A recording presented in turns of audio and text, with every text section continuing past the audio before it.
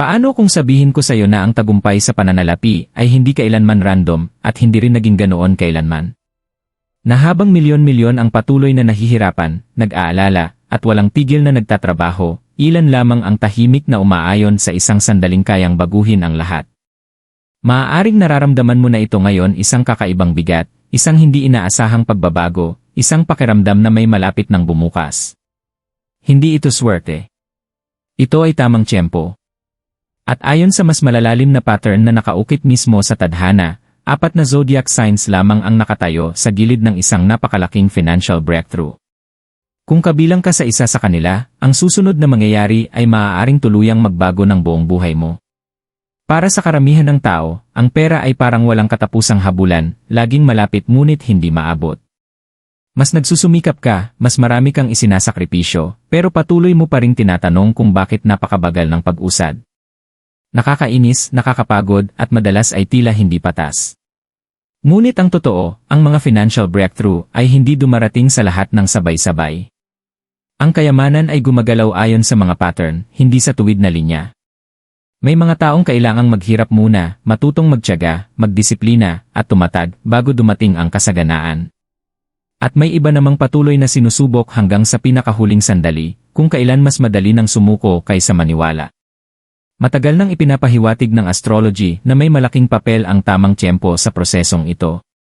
May mga zodiac signs na hinuhubog ng karanasan, presyon, at paghihintay para lamang umangat kapag tuluyang nagtagpo ang lahat ng kondisyon. Sa ngayon, nagbabago ang enerhiya at unti-unting nagsasara ang agwat sa pagitan ng pagsisikap at gantimpala. Para sa ilan, tapos na ang yugto ng paghihintay at isang bagong kabanata ng malalim na pagbabago sa pananalapi ang malapit ng magsimula. Ang nakatagong pattern sa likod ng pera at tadhana. Karamihan sa mga tao ay naniniwalang ang pera ay kontrolado lamang ng sipag, edukasyon, o oportunidad. Totoo, mahalaga ang mga ito, ngunit hindi iyon ang buong kwento. Kung sapat na ang sipag lang, sana'y lahat ng masipag ay mayaman na. Ngunit alam nating hindi iyon ang realidad. May isang mas tahimik na puwersang kumikilos sa likod, hindi ito nagmamadali o nag-ingay. Naghihintay ito. Nagmamasid. At kumikilos ng may eksaktong tiyempo. Sa iba't ibang kultura at sa paglipas ng mga siglo, ginamit ang astrology upang maunawaan ang mga hindi nakikitang ritmo na ito. Hindi para hulaan ang eksaktong mangyayari, kundi para matukoy kung kailan ang isang tao ay handa nang tumanggap ng matagal niyang pinaghandaan. Ang mga tunay na financial breakthrough ay bihirang dumating sa gitna ng kaguluhan. Dumarating sila pagkatapos ng matinding pagsubok, pagkatapos ng pagpipigil, paghihintay, at paulit-ulit na aral na humuhubog sa tamang pagdedesisyon, pasensya, at disiplina sa sarili. May mga zodiac signs na likas na dumaraan sa mas mahahabang pagsubok pagdating sa pera. Nakakaranas sila ng pagkaantala hindi dahil mala sila, kundi dahil iba ang papel na ginagampanan nila.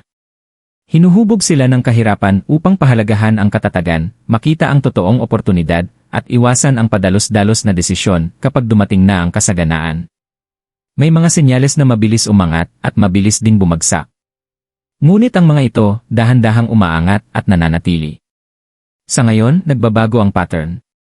Ang parehong enerhiyang dating pumipigil sa pag-usad ay nagsisimula ng magbukas ng mga pinto. Hindi ito nangangahulugang babagsak ang pera mula sa langit. Ibig sabihin nito, nagbabago ang access. Nagbabago ang mga usapan.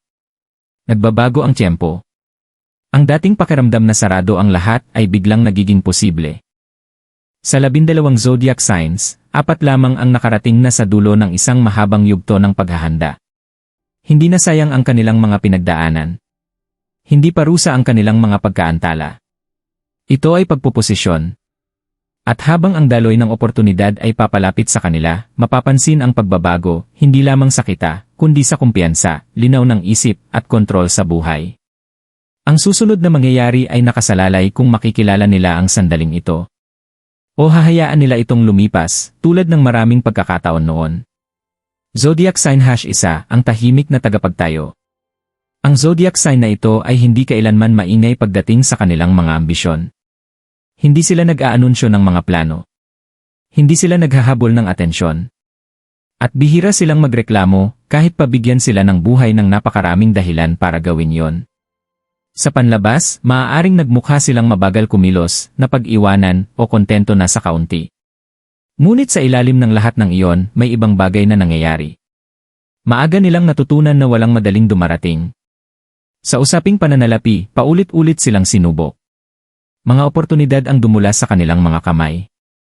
Mga pangako ang napako. May mga panahong pakiramdam nila, gaano man kalaki ang pagsisikap, hindi kailanman tumutumbas ang resulta sa kanilang sakripisyo. Habang ang iba ay sumugal at nag-enjoy sa panandaliang kita, ang zodiac sign na ito ay napilitang maghintay, mag-ayos muli, at magsimula ng paulit-ulit, mas maraming beses kaysa gusto nilang aminin. Ngunit ang paghihintay na yon ay hindi nasayang. Bawat pagkaantala ay humasa sa kanilang paghusga. Bawat pagkadapa ay nagturo ng disiplina. Natutunan nilang mabuhay sa kaunti, pamahalaan ang matinding presyon, at magpatuloy kahit nawala na ang motibasyon. Dahan-dahan, tahimik, naging mas matatag sila kaysa sa mga naunang nagmadali. Ang pinagkaiba ng sandaling ito ay hindi swerte, kundi kahandaan. Nakikita na kayo ng tahimik na tagapagtayo ang mga oportunidad ng malinaw. Hindi na sila basta sumusugod sa lahat ng kumikislap. Marunong na silang magtanong ng tama. Kumilos sila ng may malinaw na layunin. At dahil dito, kapag nagsimulang magbukas ang mga pintuan ng pananalapi, hindi sila nagpapanik o sinasayang ang pagkakataon. Iba na ang tugon ng pera sa kanila ngayon. Hindi sa dramatikong bugso, kundi sa matatag at pangmatagalang paraan. Mas maayos na mga desisyon. Mas matitibay na pakikipagsosyo. Kita na lumalago sa halip na agad mawala. Isang uri ng pag-unlad na hindi kailangang ipagyabang dahil kusa itong nagsasalita para sa sarili nito. Para sa zodiac sign na ito, ang breakthrough ay parang hindi ka panipaniwala, hindi dahil biglaan ito, kundi dahil napakatagal nitong hinintay. Ngunit sa kaibuturan ng kanilang puso, alam nilang karapat-dapat sila. Bawat tahimik na gabi ng pagdududa, bawat sandali ng pagpipigil, bawat pagkakataong pinili nila ang responsibilidad kaysa aliw, lahat ng iyon ang naghatid sa kanila rito. Ang tahimik na tagapagtayo ay hindi lamang tumatanggap ng pera. Pinananatili nila ito.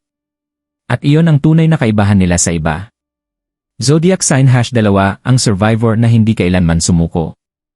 Alam ng zodiac sign na ito kung ano ang pakiramdam ng mawalan ng lahat o ang mapalapit ng husto sa ganitong sitwasyon. Ang kanilang paglalakbay sa pananalapi ay hindi naging tuwid at maayos. Ito ay puno ng biglaang pagbagsak, masakit na mga aral, at mga sandaling mas mahalaga ang simpleng pag-survive kaysa sa tagumpay. Hindi lamang sila nakipaglaban sa pera, nakipagbuno rin sila sa takot, kawalang katiyakan, at sa walang tigil na pressure ng paulit-ulit na pagsisimula. May mga panahong pakiramdam nila, bawat isang hakbang pasulong ay sinusundan ng 2 hakbang paatras. Bigla na lang natatapos ang mga trabaho.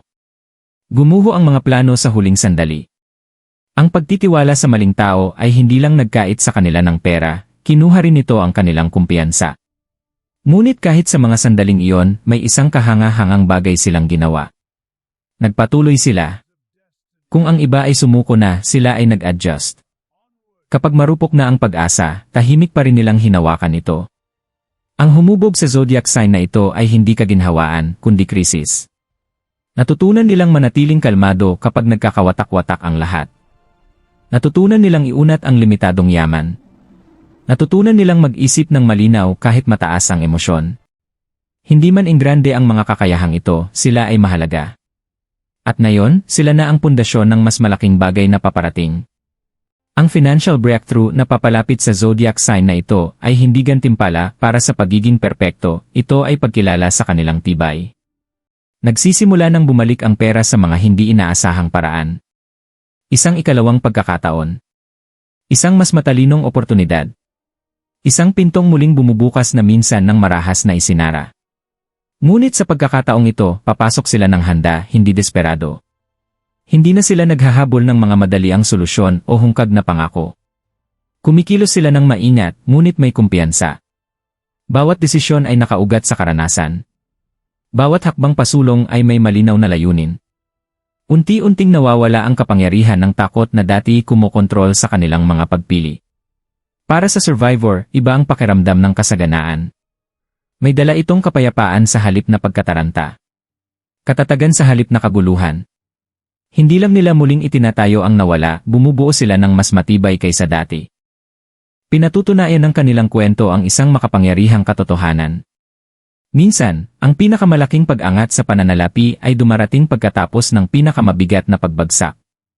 At para sa zodiac sign na ito, ang muling pag-akyat ay sa wakas tinutugunan na ng pangmatagalang gantimpala. Zodiac sign #3, ang estratehikong nag-isip. Palaging iba ang pananaw ng zodiac sign na ito sa mundo. Habang ang iba ay padalos-dalos na sumusugod sa mga oportunidad, hinahatak ng emosyon o presyon, ang estratehikong nag-isip ay humihinto muna. Nagmamasid, nagsusuri, at kadalasan mas matagal silang naghihintay kaysa sa iba. Para sa ilan, ito'y nagmumukhang pag-aalinlangan. Para sa iba, tila takot. Ngunit sa totoo lang, ito ay disiplina. Pagdating sa pera, bihira silang maging pabaya. Maaga nilang natutunan na ang isang maling galaw ay kayang sirain ang ilang taong pagsisikap. Dahil dito, naging maingat sila hindi dahil kulang sila sa ambisyon, kundi dahil malinaw sa kanila ang mga posibleng kahihinatnan. Pinanood nila ang iba na mabilis umangat, malakas magdiwang, at pagkatapos ay kasing bilis ding bumagsak. At tahimik, tinandaan nila ang lahat ng iyon. Hindi naging madali ang kanilang paglalakbay. Minsan, ang labis na pag-iisip ay nagpaantala sa kanila. May mga oportunidad na lumampas dahil hindi pa tama ang pakiramdam ng tiyempo. May mga sandaling nagtanong sila sa sarili kung masyado ba silang maingat, masyadong matiisin, masyadong kontrolado. Ngunit sa kaibuturan ng kanilang pagkatao, pinagkakatiwalaan nila ang kanilang kutob. Alam nilang ang lakas nila ay hindi bilis, kundi katumpakan. Ngayon, ang katumpakang iyon ang nagiging kalamangan nila. Nagbabago ang kapaligiran sa paraang pinapaboran ang paghahanda, katalinuhan, at pangmatagalang pag-isip.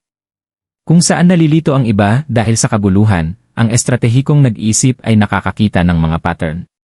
Kung saan nagpapanik ang iba sa presyon, sila ay nananatiling kalmado. At dahil dito, nagsisimula silang gumawa ng mga hakbang na hindi pa man nakikita ng iba bilang oportunidad. Ang kanilang financial breakthrough ay hindi dumarating bilang isang dramatikong sorpresa. Unti-unti itong nagaganap halos tahimik. Isang matalinong investment. Isang desisyong eksakto ang tiyempo. Isang papel o pakikipagsosyo na perpektong tumutugma sa kanilang kakayahan. Lumalago ang pera dahil ito ay maayos na pinamamahalaan, hindi hinahabol. Ang tunay na nagtatangi sa zodiac sign na ito ay ang kontrol. Hindi nila hinahayaan ang emosyon ang magdikta ng paggastos o desisyon. Nauunawaan nila ang halaga, panganib at pagpapanatili. Habang tumataas ang kita, tumitibay ang katatagan. Habang dumarami ang oportunidad, lumalakas ang kumpiyansa. Para sa estratehikong nag-iisip, ang kayamanan ay hindi tungkol sa pagpapatunay ng sarili. Ito ay tungkol sa kalayaan, seguridad, at kapayapaan ng isip. At ngayon, matapos ang maraming taon ng maingat na pagpaplano, ang sistemang pinagkatiwalaan nila ay nagsisimula na ring magbalik ng gantimpala. Zodiac sign #4, ang hindi inaasahang nanalo. Hindi kailanman naniwala ang zodiac sign na ito na sila ang makakaranas ng isang malaking financial breakthrough. Hindi dahil kulang sila sa kakayahan, kundi dahil tinuruan sila ng buhay na huwag umasa ng sobra. Habang ang iba ay hayagang nangangarap ng kayamanan at tagumpay, ang hindi inaasahang nanalo ay nakatuon lamang sa araw-araw na pag-survive. Para sa kanila, ang simpleng katatagan ay parang luho. Ang kasaganaan ay tila hindi makatotohanan. Ang kanilang landas ay hinubog ng responsibilidad. Pinasa nila ang mga bigat na hindi naman palaging kanila. Inuna nila ang kapakanan ng iba habang isinasantabi ang sarili nilang mga pangarap. Sa paglipas ng panahon, naging praktikal sila, matatag sa lupa, at emosyonal na malakas, ngunit tahimik ding tinanggap ang ideya na ang malaking pagbabago sa pananalapi ay para sa iba, hindi para sa kanila. At dito nagiging napakalakas ang kanilang breakthrough. Hindi tulad ng iba, hindi nila pinipilit ang mga pangyayari. Hindi sila naghahabol ng uso o sumusugal sa mga mapanganib na shortcut. Palagi silang naroroon, ginagawa ang dapat gawin, at nagpapatuloy ng hindi naghihintay ng papuri. Dahil dito, nananatili silang bukas sa tamang tiempo, bukas sa pagbabago ng direksyon, bukas sa mga pintong sa unang tingin ay hindi kahanga-hanga. Kapag sa wakas ay dumating ang oportunidad, tahimik itong dumarating. Isang mensahe. Isang usapan. Isang hindi inaasahang alok. Sa umpisa, tila maliit ito, halos walang halaga. Ngunit may bigat ang sandaling iyon. Dadalhin nito sila sa susunod na hakbang, at sa susunod pa, hanggang sa unti-unti nilang mapagtanto, nagbabago na ang lahat. Ang pinaka-nakakagulat para sa zodiac sign na ito ay kung gaano ito kanatural. Walang kaguluhan. Walang panik. Walang takot na may mawawala. Ang pag-unlad sa pananalapi ay dumarating sa paraang tugma sa kanilang pagiging grounded. Unti-unting tumataas ang kita.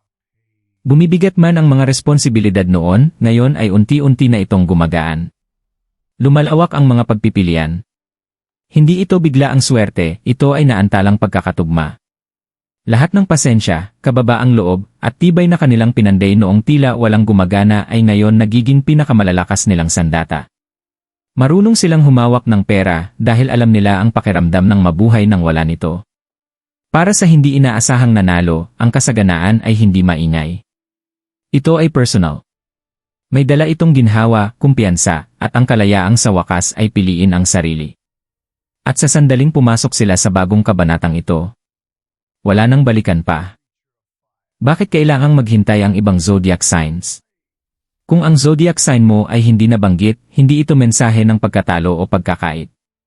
Ang tamang oras sa pananalapi ay hindi gumagana batay sa paboritismo, ito ay nakabatay sa paghahanda. Bawat zodiac sign ay dumaraan sa mga yugto ng pagkatuto, pagsubok, at pagkakatugma. May mga nakatakdang umangat ng maaga. May iba namang nakatakdang umangat ng mas matibay. Ang paghihintay ay hindi nangangahulugang kabiguan. Sa maraming pagkakataon, ito ay proteksyon. Ibig sabihin, inilalayo ka sa mga oportunidad na uubos sa iyo sa halip na mag-angat. Hindi lahat ng pintong bumubukas ay para pasukan. At hindi lahat ng pag-aantala ay pagtanggi. Para sa mga zodiac signs na nasa yugto pa ng paghahanda, ang panahong ito ay tungkol sa kamalayan. Pagmamasid sa mga pattern. Pagpapatibay ng disiplina. Pagpapalinaw ng mga desisyon. Ang mga aral na natututuhan mo ngayon ang pipigil sa mga magastos na pagkakamali sa hinaharap. Kapag dumating ang sandali mo, hindi ka lamang kikita, magagawa mo rin itong mapanatili. Ang bawat yugto ay may sariling oras. At ang sayo ay patuloy pang hinuhubog. Ang financial breakthrough ay hindi lamang tungkol sa pagtanggap ng pera, ito ay tungkol sa kung paano katutugon kapag sa wakas ay dumating na ang sandali. May tahimik na paraan ang oportunidad sa pagsubok sa mga tao. Hindi ito laging dumarating na may kasiguruhan o ginhawa. Kadalasan, ito ay lumilitaw bilang isang pagpiling nangangailangan ng sabay-sabay na tapang, pasensya, at malinaw na pag-isip. Para sa mga nakaayon sa pagbabagong ito, ang pinakamahalagang bagay ay kamalayan. Bigyang pansin ang mga pattern. Pansinin ang mga paulit-ulit na oportunidad, pamilyar na usapan, at mga ideyang ayaw umalis sa iyong isipan. Hindi ito mga pagkakataon lamang, ito ay mga senyales. Ngunit may saysay lamang ang mga senyales kung kikilos ka ng may katalinuhan. Hindi ito ang panahon para sa padalos-dalos na desisyon o emosyonal na paggastos. Ang tunay na breakthrough ay ginagantimpalaan ang disiplina, hindi ang pagiging pabaya. Kumilos ng dahan-dahan ngunit tuloy-tuloy. Magtanong. Mag-isip ng pangmatagalan. Ang layunin ay hindi mabilis ang pera, kundi pangmatagalang katatagan. Higit sa lahat, pagkatiwalaan mo ang mga paghihirap na nalampasan mo na. Bawat pagsubok, bawat pagkaantala, bawat aral ay naghanda sa iyo para sa yugtong ito. Hindi mo kailangang maging ibang tao para magtagumpay, kailangan mo lamang yakapin ng buo kung sino ka na ngayon. Kapag nagtagpo ang paghahanda at oportunidad, hindi maiiwasan ang pagbabago. At para sa mga handang tumanggap nito, ang kabanatang ito ay simula pa lamang.